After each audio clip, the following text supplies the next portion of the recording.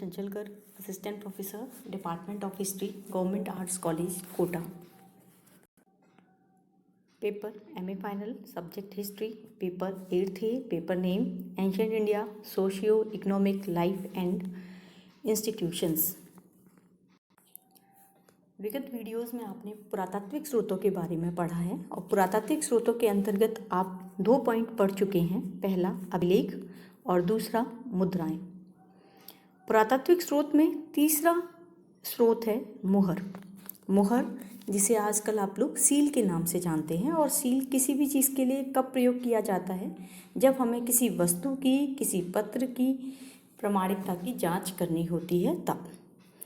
तो स्वाभाविक है कि प्राचीन काल में भी सील का प्रयोग उसी अर्थ में किया गया, किसी वस्तु की प्रामाणिकता के लिए। सील हमें धातुओं की भी प्राप्त होती हैं, मिट्टी की भी प्राप्त होती हैं। प्राचीनतम सीलें हमें सिंधु घाटी सभ्यता से प्राप्त हुई हैं, लेकिन कालांतर में इन्हें राजाओं या निगमों द्वारा जारी किया गया। सिंधु घाटी सरस्वती सभ्यता की सीलों से ही हमें तत्कालीन समय के धर्म की विशद जानकारी प्राप्त होती है, लेकिन कालांतर में जब सील जारी की गई तो इनका उद्देश्य आर्थिक था। इन पर राजा, सामंत, पदाधिकारी, गण, निगम, व्यापारी या व्यक्ति विशेष के नाम या हस्ताक्षर होते थे। कालांतर में बसाड़ से हमें 274 मिट्टी की मोहरें मिली हैं, जिन्हें व्यापारिक निगमों ने जारी किया था। इनसे हमें जानकारी मिलती है कि एक श्रेणी थी। जैसे जैसे आप लोग सिलेबस में आगे पढ़ेंगे तब श्रेणी के बारे में पढ़ेंगे। श्रेणी का अर्थ एक तरह से व्यापारिक निगम है।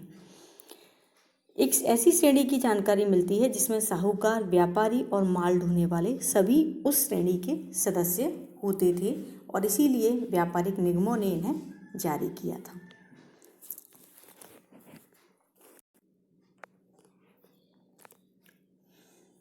फोर्थ पॉइंट है इसके अंतर्गत मूर्तियाँ, शैल चित्र और चित्रकला।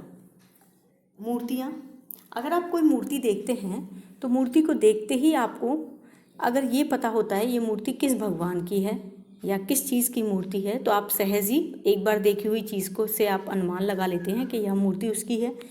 उसके वस्त्र या उसके आभूषण, उसके हाथ में क्या सामान है या उसका कोई प्रतीक चिन्ह, उनके आधार पर आपको ये अनुमान लग जाता है कि ये मूर्ति उसकी है। जैसे यदि विष्णु की मूर्ति है तो आप सहज सबसे पहले क्या देखेंगे कि सुदर्शन चक्र उनके हाथ में है या नहीं। कृष्ण की मूर्ति है तो आप कैसे पता लगाते हैं कि बांसुरी उनके हाथ में है तो कृष्ण की मूर्ति है। राम की मूर्ति धनुष हाथ में है तो राम की मूर्ति है। उसी प्रकार से मूर्तियों से हमें किसी भी काल की या जिस काल की मूर्ति है उस समय की वेशभूषा, धर्म, संस्कृति और सामाजिक, राजनीतिक, आर्थिक स्थिति का ज्ञान होता है। इसके अलावा मूर्तियों का जैसे जैसे निर्माण होता है उससे मूर्तिकला के विकास, मूर्तिकला के केंद्रों की भी जानकारी प्राप्त होती है। अब सबसे प्राचीनतम समय की मूर्तियों की बात करें तो वही सिंधु सरस्वती सभ्यता है, जहाँ से हमें अनेक प्रकार की धातु और मृण मूर्तियाँ प्राप्त हुई हैं। मृण मूर्तियों का मिट्टी की मूर्तियाँ। और अगर आप लोगों ने BA फर्स्ट ईयर में ये पढ़ा भी होगा तो आपको पता भी होगा कि मोहनजोदड़ो से प्राप्त कांसे की नर्तकी की मूर्ति अपने आप में अद्भुत कही जाती है, जो कि उस समय के मूर्तिकला के विकास को दर्शाती है। चूँकि सिंधु घाटी सरस्वती सभ्यता आपके सिलेबस के अंतर्गत नहीं है अभी, तो ऐसे में हम मौर्य काल की बात करते हैं। मौर्य काल में यक्ष और यक्षिणियों की जो मूर्तियां हमें प्राप्त हुई हैं वो इतनी विशालकाय हैं, तो उनसे सहज अनुमान लगता है कि ये मूर्तियां विशालकाय बनाई जाती थीं, और इसके अलावा एक शक्तिशाली या एक बलवान व्यक्ति के प्रदर्शन जैसी चीज़ उस काल में दिखाई देती है। यक्ष और यक्षिणी ये किससे जुड़े हुए हैं? लोक धर्म से। तो ऐसे में लोक धर्म के विकास को ये मूर्तियां हमें दर्शा देती हैं। इन मूर्तियों से हमें तत्कालीन समय की वेशभूषा, आभूषणों से उस समय के आभूषण इत्यादि का भी अनुमान लगता है। कुषाण काल या जिसे हम मौर्योत्तर काल कहते हैं, मौर्योत्तर काल भारत में मूर्तिकला के विकास के लिए अत्यधिक प्रसिद्ध है, और इस मूर्ति कला के दो केंद्र थे, मथुरा और गांधार, या इसे हम कह सकते हैं गांधार कला केंद्र और मथुरा कला केंद्र। इन दोनों में ही बहुतायत से तो बौद्ध धर्म से संबंधित मूर्तियां बनी, लेकिन बौद्ध धर्म के अलावा भी हिंदू, जैन धर्म और इसके अलावा कुछ राजनीतिक मूर्तियों का भी निर्माण इस काल में हुआ। गांधार कला क्यों प्रसिद्ध है? क्योंकि गांधार कला के अंतर्गत जब मूर्तियों का निर्माण शुरू हुआ तो ये माना गया कि मूर्ति बनाने वाले जो कारीगर थे वो यवन थे, लेकिन उन्होंने जो विषय चुना था वो भारतीय था, और ऐसे में उन्होंने इसे इंडो यवन कला का एक रूप दे दिया। इन मूर्तियों पर हमें बिल्कुल स्पष्ट दिखाई देता है यवन प्रभाव, और लेकिन तत्कालीन समय में भी ये कह सकते हैं कि इन मूर्तियों से हमें उस समय में उत्तर पश्चिम क्षेत्र में बौद्ध धर्म के प्रभाव के बारे में पता चलता है कि जितने भी यवन राजा थे उन लोगों ने या विदेशी शासकों ने बौद्ध धर्म को स्वीकार किया था। इसी प्रकार से मथुरा कला की बात करें तो मथुरा उस समय में कुषाणों की राजधानी के रूप में विख्यात था, तो ऐसे में मथुरा में भी मूर्तियों का निर्माण हुआ। मथुरा में बौद्ध धर्म, हिंदू धर्म और जैन धर्म, इन तीनों ही धर्मों से संबंधित मूर्तियां मिली। सबसे महत्वपूर्ण बात है कि मथुरा कला केंद्र से हमें कुछ राजाओं की मूर्तियां भी प्राप्त हुई, जैसे कनिष्क की एक मूर्ति बताते हैं, एक हुविष्क की मूर्ति मानी जाती है, और अन्य कुछ मूर्तियां भी हमें वहां से प्राप्त होती हैं। इन मूर्तियों से स्पष्ट पता चलता है कि उस समय राजाओं की वेशभूषा क्या थी, धर्म का विकास किस तरह से भारत में हो रहा था। अब इसके बाद आते हैं गुप्तकालीन मूर्तियों पर। गुप्त काल की जो मूर्तियां हैं वो अपनी मौलिकता और सजीवता के लिए प्रसिद्ध हैं। गुप्त काल जैसा कि स्पष्ट है कि वैष्णव धर्म के लिए विख्यात था। इस समय में वैष्णव धर्म का बहुत अधिक विकास हुआ है, तो वैष्णव धर्म से संबंधित विभिन्न प्रकार की मूर्तियां इस काल में बनी, जो हमें मंदिरों में प्राप्त होती हैं, जो इस समय में बने थे, जैसे शेषशाही विष्णु की मूर्ति, इसके अलावा विष्णु की दशावतार मंदिर में रखी हुई मूर्ति, इनके अलावा अन्य विष्णु की मूर्तियाँ, जैसे एक है उदयगिरी के अंतर्गत वराह अवतार की मूर्ति। तो इस तरह से विभिन्न मूर्तियाँ जो अपनी मौलिकता और सजीवता को लिए हुए हैं। विष्णु के अलावा भी अन्य देवी देवताओं, शिव, पार्वती, ब्रह्मा, बुद्ध, बोधिसत्व, अवलोकितेश्वर आदि की मूर्ति बनी। इनमें सारनाथ से एक मूर्ति प्राप्त हुई है महात्मा बुद्ध की, जो धर्म चक्र प्रवर्तन की मुद्रा में है, जिसमें ये स्पष्ट है कि उसके मुख से ही उसकी आध्यात्मिक चेतना दिखाई देती है। इसके बाद यदि हम आगे का काल देखते हैं तो इसके आगे के काल में हमें चोल राजाओं की मूर्तियां उनके मंदिरों में प्राप्त होती हैं। चोल राजाओं ने विशालकाय मंदिर और मूर्तियों का निर्माण किया। मंदिरों के बारे में आप आगे देखेंगे। तो ऐसे में उन मंदिरों में राजाओं ने अपनी भी विशालकाय 6-6 फुट की मूर्तियां रखवाईं, जिनका उद्देश्य शायद अपनी विशालता को, अपनी शक्ति का प्रदर्शन करना रहा होगा। मूर्तियों के साथ ही हमने एक पॉइंट और लिया है, शैलचित्र। शैलचित्र प्रागैतिहासिक काल से भारत से मिलने प्रारंभ होते हैं। जब पाषाण काल शुरू हुआ तो मानव ने अपने मनोरंजन के लिए जहाँ निवास करता था, अपने उस आवास स्थान पर कुछ चित्र बनाए, जिन्हें हम शैलचित्र कहते हैं। इन शैलचित्रों से हमें तत्कालीन मानव की जानकारी प्राप्त होती है। अपने अध्ययनकालीन विषय के अंतर्गत हमें अजंता के चित्रों से बहुत अधिक सहायता प्राप्त होती है। अजंता से के ये चित्र हैं, इन चित्रों से हमें उस काल की, क्योंकि अजंता गुफा के अंतर्गत हमें जो भी चित्र मिले हैं वो एक लंबे काल का निर्माण है, तो ऐसे में हमें जिस समय की गुफाएं हैं उसके आधार पर उनसे जानकारी प्राप्त हो जाती है। अजंता के चित्रों को चित्रकला का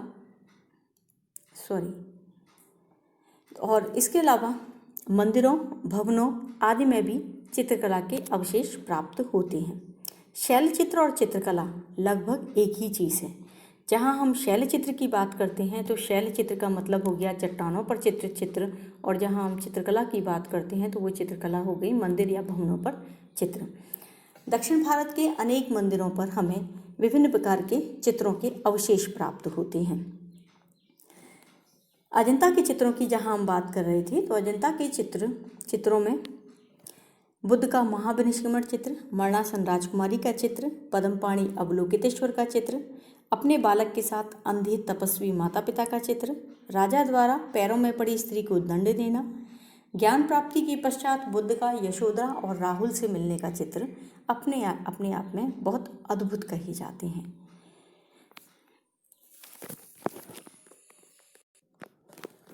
पुरातात्विक स्रोतों के अंतर्गत 5वां पॉइंट है स्मारक। स्मारक के अंतर्गत भवन, मंदिर, स्तूप, चैत्य, विहार आदि ये समस्त आते हैं। भारतीय इतिहास के स्रोत के रूप में स्मारकों का अपना महत्व है। स्मारकों की रचना के अध्ययन से 2 तथ्य स्पष्ट होते हैं। एक, ऐतिहासिक दृष्टि से इन स्मारकों का निर्माण किसने और कब किया।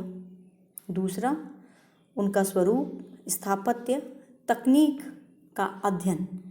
इन दोनों ही चीज़ों से तत्कालीन सामाजिक, राजनीतिक, आर्थिक और सांस्कृतिक स्थिति का पता चल जाता है। अब वही चीज़ है, प्राचीनतम स्मारकों की यदि हम बात करें तो भारत की प्राचीनतम सभ्यता सिंधु सरस्वती सभ्यता मानी जाती है। तो ऐसे में भारत के प्राचीनतम स्मारक भी हमें सिंधु सरस्वती सभ्यता से प्राप्त होते हैं, जहाँ से हमें नगरों के विभिन्न प्रकार के भवनों के, दुर्गों के अवशेष प्राप्त होते हैं। इसके पश्चात कुम्भलहार, वर्तमान पटना के पास स्थित एक जगह, जहाँ से चंद्रगुप्त मौर्य के महल के अवशेष हमें प्राप्त होते हैं। चंद्रगुप्त मौर्य के महल का वर्णन हमें मेगास्थनीज की इंडिका से प्राप्त होता है और उस इंडिका की साम्यता जब हम करते हैं तो हमें स्पष्ट होता है कि इस जगह पर स्थापित जो मंदिर था वो अपने आप में अद्वितीय रहा होगा। ये माना जाता है कि मौर्य काल अशोक के पहले तक भवनों के निर्माण के लिए लकड़ी का प्रयोग किया जाता था और काष्ठ के प्रयोग के कारण ये महल अब नष्ट हो चुका है। अशोक के समय में अनेक प्रकार की गुहा विहारों का और स्तंभों का निर्माण करवाया गया। ये गुहा विहार और स्तंभ अपनी पॉलिश, अपनी कला और अपने निर्माण के लिए अत्यधिक प्रसिद्ध हैं। शिलाओं को काटकर पहली बार गुहा विहारों का निर्माण अशोक के समय में किया गया। ऐसा माना जाता है कि अशोक ने आजीवक संप्रदाय के लिए इन गुहा विहारों का निर्माण करवाया था। कालांतर में अशोक के पौत्र दशरथ ने भी नागार्जुनी पहाड़ियों में गुहा विहारों का निर्माण करवाया। शिलाओं को काटकर किया गया यह निर्माण अपने आप में सबसे प्राचीन उदाहरण कहा जाता है। मौर्य काल के पश्चात शुंग काल को यदि हम देखें तो ये माना जाता है कि अशोक ने जिन स्तूपों का निर्माण कराया था उनका परिवर्धन करवाकर शुंगों ने उन्हें और विस्तृत रूप दे दिया, जिनमें बरहुत, बोधगया, सांची के स्तूप प्रसिद्ध हैं। यदि हम इन स्तूपों की चहारदीवारी या इन स्तूपों की वेदिका या स्तूपों को हम देखते हैं तो हमें ये स्पष्ट होता है कि इनमें अलंकरण के लिए जातक कथाओं का और जनजीवन को दर्शाने वाले चित्रों का प्रयोग किया गया था। अगर तत्कालीन समय के जनजीवन की झांकी हमें प्राप्त करनी है तो हमें इनका अध्ययन बहुत अधिक सहायता देता है और साथ ही ये भी स्पष्ट होता है कि इन स्तूपों के निर्माण में तत्कालीन व्यापारियों ने भी अपना सहयोग प्रदान किया था। गुप्तकालीन मंदिरों की यदि हम बात करें, क्योंकि ये स्पष्ट है कि भारत में सबसे पहले जो मंदिर बनाए गए जो हमें मिलने प्रारंभ होते हैं वो गुप्तकाल से मिलने प्रारंभ होते हैं। तो ऐसे में गुप्तकालीन जो मंदिर हैं वो अपने आप में सर्वश्रेष्ठ हैं। इनमें देवगढ़ का दशावतार मंदिर, सांची का विष्णु मंदिर या अन्य मंदिर प्रसिद्ध हैं। देवगढ़ के दशावतार मंदिर में अनेक प्रकार की मूर्तियां हमें प्राप्त होती हैं, जिनमें गजेंद्र मोक्ष, शेषशाही विष्णु, नरनारायण तपश्चर्या, कृष्णावतार आदि की मूर्तियां हैं। इससे स्पष्ट हो जाता है कि समय तक विष्णु के 10 अवतारों की परिकल्पना पूरी तरह स्थापित हो चुकी थी। इसके अलावा इस काल में हमें शैव और जैन मंदिर भी प्राप्त होते हैं। अजंता और बाघ की गुफाओं का निर्माण भी गुप्त काल में हुआ। इन गुफाओं को भी शिलाओं को काट काट कर निर्मित किया गया है और इनके अंदर हमें चित्रकला प्राप्त होती है। दक्षिण भारत की द्रविड़ शैली, जिसके बारे में ये कहा जाता है अत्यंत उत्कृष्ट है, उस शैली के मंदिर चोल राजाओं ने बनवाने शुरू किए थे। चोल काल मंदिर स्थापत्य का उत्कृष्ट काल कहा जाता है, जिसमें चोल राजाओं का तंजौर का बृहदीश्वर मंदिर या जिसे राजराजेश्वर मंदिर भी कहा जाता है, अपने आप में अनूठा है, जिसके बारे में ये कहा गया कि चोल राजाओं ने दानवों की शक्ति और जौहरियों की कला का प्रदर्शन अपने मंदिर निर्माण कला में कलाकारों के द्वारा करवाया। पल्लव काल भी फेमस है, जब जिसे कि हम द्रविड़ काल या द्रविड़ कला का एक प्रथम चरण कह सकते हैं। पल्लव राजाओं ने मंडपों का निर्माण कराया और एकाश्मक रथ मंदिरों का निर्माण कराया। एकाश्मक रथ मंदिर एक ही चट्टान को काटकर मंदिरों का रूप देना, जिसका उत्कृष्ट रूप हमें दिखाई देता है राष्ट्रकूट राजा कृष्ण प्रथम द्वारा बनवाई गई एलोरा के कृष्ण मंदिर में। इसे हम कैलाश मंदिर या कृष्ण मंदिर भी कहते हैं। यह मंदिर पूरा एक ही चट्टान को काट छाट कर बनाया गया है।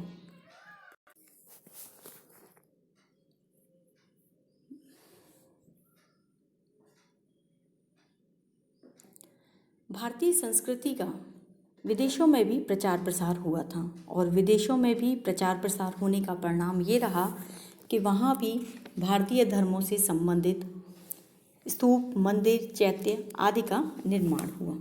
और इनमें सबसे प्रमुख जैसे है अंगकोर वाट का मंदिर। अंगकोर वाट कंबोडिया में स्थापित है, और इस मंदिर की दीवारों पर रामायण की कथाओं को उत्कीर्ण किया गया है।